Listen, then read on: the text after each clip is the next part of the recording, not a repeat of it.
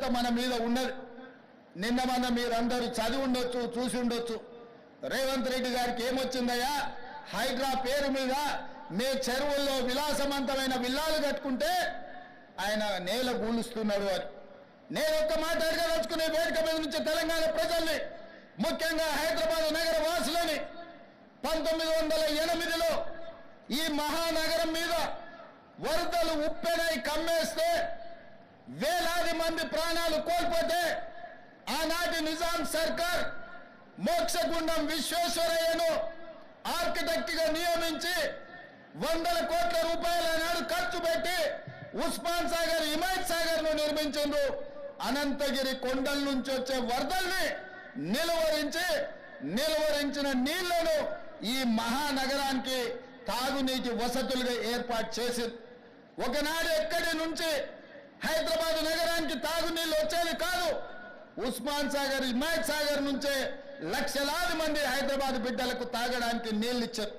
హైదరాబాద్ దాహార్తిని తీర్చిన ప్రాజెక్టులు గండిపేట, హిమాయత్ సాగర్. ఇలాంటి ప్రాజెక్టుల చుట్టూతా బాగా సంపాదించుకున్న వాళ్ళు, ఆగర్భ శ్రీమంతులు ఫామ్ హౌజులు కట్టుకున్నారు.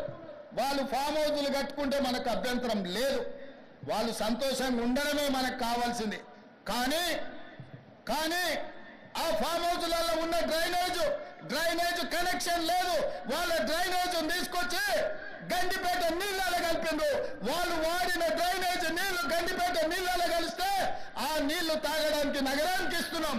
నేను అడుగుతున్న మిత్రులారా, ఇవాళ మీరు చెప్పండి, ఎవరో బలిసినోడు కట్టుకున్న ఫామ్ హౌస్ డ్రైనేజ్ నీళ్లు గండిపేట తాగు నీళ్ళలో కలుస్తుంటే ఆ నీళ్ళని నగర ప్రజలకు తాగడానికి ఇస్తే ముఖ్యమంత్రిగా నేను వైఫల్యం చెందినట్టు కాదా? ఒక్కసారి ఆలోచన చెయ్యండి.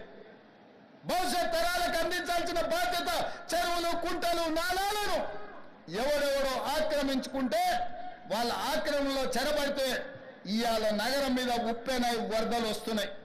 ఆ వరదలు ఎక్కడికి వెళ్తున్నాయి? బస్తీలో ఉన్న పేదోళ్ళ ఇళ్లకు పోతున్నాయి.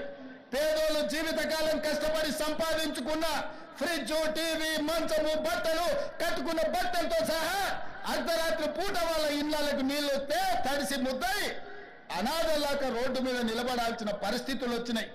మున్నేరు వాగు పక్కన ఖమ్మంలో అయినా, వరంగల్ జిల్లాలో అయినా, హైదరాబాద్ నగరంలో అయినా, కృష్ణానది ఒడ్డున మునిగే ప్రాంతాలైనా దుర్మార్గులు ఆక్రమించుకున్న చెరువుల వల్లనే ఇవాళ వరదలు వస్తున్నాయి. అందుకే హైడ్రాను ప్రారంభించడం, హైడ్రా స్పెషల్ టాస్కే ఈ చెరువులను ఆక్రమించిన వాళ్ళను చెరబట్టాలని, చెరబట్టిన వాళ్ళ నుంచి విడిపించాలని, అలాంటి వాళ్ళను అవసరమైతే చెరసాలకు తోలాలనేది నా ప్రభుత్వ విధానం. అందులో ఎంత గొప్ప వ్యక్తులున్నా, ఎంత మహామహులున్నా వాళ్ళు చెరువులను వదలక తప్పదు.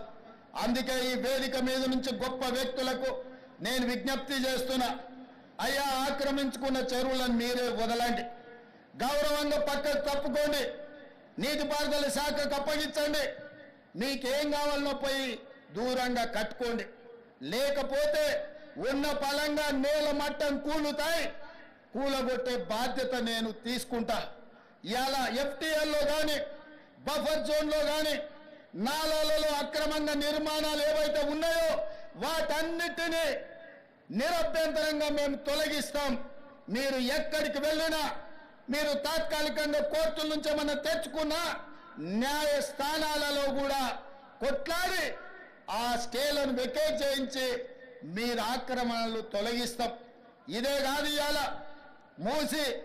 మూసి ఒకప్పుడు అనంతగిరి నుంచి వచ్చే కృష్ణానది జలాలకు ఒక ఆలవాలం, కానీ ఇవాళ కాలుష్యం అయిపోయింది. ఇవాళ మన బతుకులను చిందరవందర చేస్తున్నాయి. నల్గొండ జిల్లా రైతులు ఇవాళ ఏడుస్తున్నారు. హైదరాబాదు నగరంలో నుంచి వచ్చిన కాలుష్యం నల్గొండ ప్రజలకు చేరుతుంది. అక్కడ పంటలు కూడా విషమయమైపోయినాయి. మా కోమటిరెడ్డి వెంకటరెడ్డి గారు పదే పదే నా దృష్టికి తీసుకొచ్చి నల్గొండకు వస్తున్న కాలుష్యాన్ని నియంత్రించండి, మూసిని ప్రక్షాళన చెయ్యండి అని. అందుకే కేంద్ర ప్రభుత్వ సహకారంతో మూసి ఆక్రమణలు తొలగించి మూసిని ప్రక్షాళన చేసి ఒక అద్భుతమైన మూసి రివర్ డెవలప్మెంట్ ఫ్రంట్ ను అభివృద్ధి చేసి పేదవాళ్ళకు అక్కడ వ్యాపారాలు చేసుకోవడానికి అవసరమైన అవకాశాలు కల్పిస్తాం. మరి ఇవాళ మూసీ పరివాహక ప్రాంతంలో పేదలు ఆక్రమించుకొని ఉన్నారు. జిల్లాల నుంచి వచ్చి ఇల్లు కట్టుకొని ఉన్నారు.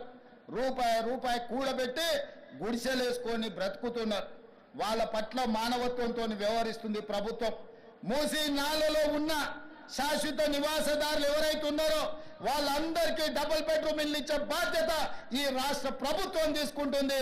దాదాపుగా 11,000 మంది అక్కడ ఇల్లు ఉన్నాయి.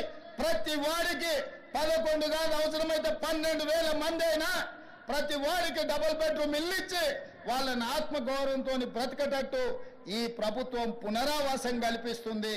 అట్లాంటి కార్యక్రమాలలో ఇవాళ శిక్షణ పొందిన ఈ ఎస్ఐలు ప్రజల సహకారం కోసం మీరు బాధ్యత తీసుకోవాలి. అదేవిధంగా ఎక్కడైతే ఆక్రమించుకున్నారో మూసీలు, ఎఫ్టీఏలు, బఫర్ జోన్ నాలాలో ఉన్న వాళ్ళు తొలగించండి. ప్రభుత్వ భూముల్లో లేకపోతే ప్రైవేట్ భూముల్లో అనుమతి లేకుండా కట్టుకున్న వాళ్ళని ఏదైనా రెగ్యులరైజ్ చేయడానికి స్కీమ్ ఉంది. కానీ ఎఫ్టీఎల్, బఫర్ జోన్ నాలాల వాటికి రెగ్యులరైజేషన్ స్కీమ్ లేదు. ఇవ్వాలి కాకపోతే రేపైనా వాటిని తప్పకుండా తొలగిస్తాం. వాళ్ళ పట్ల కఠినంగా వ్యవహరిస్తాం. మీ అందరికీ నా విజ్ఞప్తి ఒక్కటే, రేపటి నుండి ప్రజల దగ్గరికి వెళ్తున్నారు. తెలంగాణ ప్రజలకు విశ్వాసం, నమ్మకం కలిగించండి.